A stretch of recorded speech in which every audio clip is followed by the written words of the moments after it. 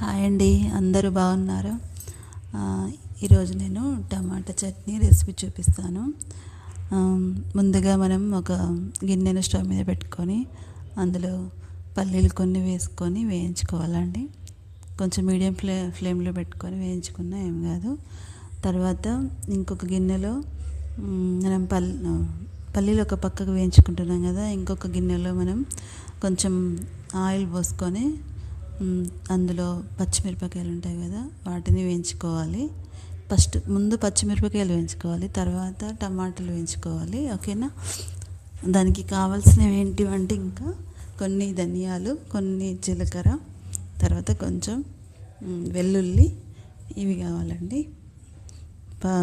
తర్వాత నేను చెప్పాను కదా, ఒక కడాయిలో కొంచెం ఆయిల్ వేసుకొని అందులో పచ్చిమిరపకాయలు వేసుకోవాలి, కొంచెం జీలకర్ర, ధనియాలు, తర్వాత వెల్లుల్లి, ఇవన్నీ వేసుకొని వేయించుకోవాలి. ఇంకొక పక్కకేమో నేను పల్లీలు వేయించుకుంటున్నాను, తొందర అయిపోతుంది కదా అందుకని. ఓకేనా? సిమ్లో వేయించుకోండి ఇవి. తర్వాత వేగిన తర్వాత మనం టమాటాల తర్వాత వేయించుకోవాలి. అంతలోపల పల్లీలు వేగిపోయినవి, తర్వాత ఇవి కూడా వేగిపోయినట్టేనండి. నేను టమాటాలు కట్ చేసుకుంటూ ఒకవైపు మిరపకాయలు వేయించుకుంటున్నాను, తొందర అయిపోతుంది కదా అందుకని. పల్లీలు వేగిపోయినవి, మిరపకాయలు కూడా వేగిపోయినట్టేనండి. ఇవి తీసేసుకొని మనం, ఇవి వేగుతున్నాయి కదా, ఇవి వేగిన తర్వాత ఇవి తీసేసి మనం అందులోనే ఇవి మిక్సీ జార్లోకి తీసేసుకుంటున్నాను చూడండి.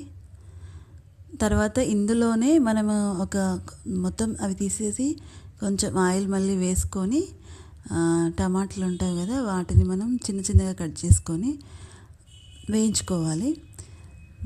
ఈ చట్నీ ప్రాసెస్ కంటే ముందే మనం కొంచెం చింతపండు కూడా నానబెట్టుకోవాలండి. ఎందుకంటే ఇది మిక్సీ పట్టేటప్పుడు మనం చింతపండు అందులో వేసుకొని, చింతపండు రసం వేసుకొని మిక్సీ పట్టుకోవాలి. అప్పుడు చట్నీ బాగుంటుంది టేస్ట్. కొంచెం నానబెట్టుకొని పెట్టుకోవాలి. ఓకేనా?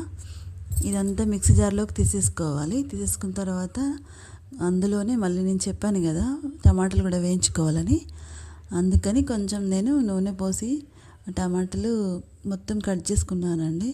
ఇది ఏం మిస్టేకో కానీ ఫోన్లో క్లారిటీ రాలేదండి ఎందుకో. అందులో టమాటాలు వేసాను, కాకపోతే అవి క్లారిటీ కనబడడం లేదు. అదేంటో నాకు అర్థం కాలేదు, ఏమనుకోకండి. ఓకేనా? అవి టమాటాలేనండి, వేయించేసుకున్నాను. తర్వాత ముందుగా మనం మిరపకాయలు అవి తీసుకున్నాం కదా, అందులోనే మనం కొంచెం సాల్ట్ వేసుకోవాలి. మిక్సీ జార్లో సాల్ట్ వేసుకొని పల్లీలు కూడా వేయించుకున్నాం కదా, పల్లీలు, తర్వాత ఈ మిరపకాయలు ఇవి మనం ముందుగానే గ్రైండ్ చేసుకోవాలి. తర్వాత ఇవి గ్రైండ్ అయిన తర్వాత మనం అప్పుడు టమాటాలు వేయించుకున్నాం కదా, అప్పుడు టమాటాలు వేయాలి. అన్నీ కలిపి ఒకసారి పట్టొద్దు. ముందు మనం ఇవి రెండు పట్టిన తర్వాత పల్లీలు, మిరపకాయలు వేయించుకున్నాం కదా, ఇవి మిక్సీ పట్టిన తర్వాత మనం తర్వాత టమాటాలు వేసుకోవాలి. ఓకేనా? ఇందులో కొంచెం సాల్ట్ వేసాను కదా, ఇది మిక్సీ పట్టేటప్పుడే చింతపండు నేను అన్నాను కదా చింతపండు నానబెట్టుకోవాలని. ఆ చింతపండు రసం తీసి ఇది కొంచెం మిక్సీ పట్టిన తర్వాత అందులో మనం కొంచెం ఇది వేసుకోవాలి. చింతపండు రసం మధ్య మధ్యలో కొంచెం వాటర్కు బదులు చింతపండు రసం వేస్తేనే ఇది టేస్ట్ బాగుంటుంది. కొంచెం కొంచెం వేసేసుకొని మొత్తం పేస్ట్ లాగా పట్టుకోవాలి ఇది. ఓకేనా? చింతపండు రసం అందులో వేస్తున్నాను చూడండి. చింతపండు రసం వేసిన తర్వాత మనం కొంచెం షుగర్ కూడా అంటే ఇష్టపడే వాళ్ళు వేసుకోవచ్చు, ఇష్టం లేకుంటే ఏం కాదండి. ఇది వేసుకున్న తర్వాత మళ్ళీ మనం మిక్సీ పట్టుకోవాలి.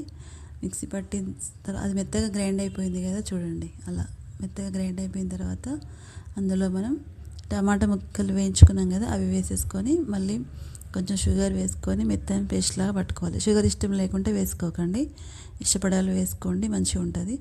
తర్వాత అన్నీ కలిపి గ్రైండ్ పట్టుకున్నాం కదా, టమాటాలు తొందరగా మెత్తగా అయిపోతాయి వెళ్ళండి. అన్నీ మిక్సీ పట్టేసుకొని అప్పుడు మనం తాలింపు పెట్టుకోవాలి చట్నీకి. అంతే అండి, ఎంతో టేస్టీ అయిన టమాటా చట్నీ రెడీ అయిపోయింది. కాకపోతే కొంచెం ప్రాసెస్ ఉంటుందిలేండి, కానీ చట్నీ మాత్రం చాలా సూపర్ ఉంటుంది. ఇది చపాతీకి అయితే అసలు ఎక్సలెంట్గా ఉంటుంది, సూపర్ ఉంటుందండి కర్రీ. మనం ఎప్పుడు రెగ్యులర్గా కర్రీస్ అలా కాకుండా ఇది చేసుకున్నాం అనుకోండి, ఇది ఒక రకంగా బాగుంటుంది టేస్ట్. ఒకసారి చేయని వాళ్ళైతే చపాతీకి ట్రై చేసి చూడండి, సూపర్ ఉంటుందండి, చాలా బాగుంటుంది. అన్నంలో కంటే చపాతీలోకి బాగుంటుంది ఇది, దోశకైనా బాగానే ఉంటుంది. అంటే ఫస్ట్ అనిపిస్తుంది ఏంటి కాంబినేషనా ఇలా ఉంటుంది అని, కానీ ఒకసారి చూడండి మీకు అర్థమవుతుంది ఎప్పుడు చేయని వాళ్ళైతే. ఓకేనా. పల్లీలు టమాటా కాంబినేషన్ కొంచెం మందికి తెలిసే ఉంటుంది, తెలియని వాళ్ళ కోసం చెప్తున్నాను. చాలా సూపర్ ఉంటుందండి.